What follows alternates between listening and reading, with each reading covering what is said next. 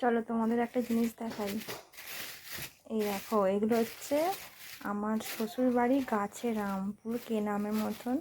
এগুলো এখনো কাঁচা আছে। তো দেখো, এটা পুরো পেকে গেছে। এগুলো আমি নিয়ে যাবো বলে পেরেছি। আর এত মিষ্টি খেতে, কি বলবো।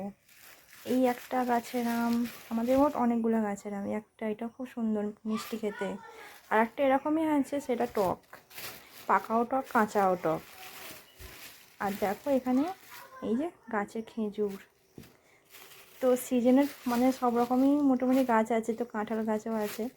ওটা এখনও পাকেনি, নিয়ে যাবো না, আমাদের একটু লেট করেই পাকে। তো এইগুলোই এখন নিয়ে যাব। আর আম কিনতে হবে। আর এরকম মিষ্টি মিষ্টি আম খেতে চাইলে আমার চ্যানেলটিকে সাবস্ক্রাইব করতে ভুলবে না। তো চ্যানেলটিকে সাবস্ক্রাইব করে দেবে আর প্রচুর প্রচুর শেয়ার করবে। ঠিক আছে, টাটা।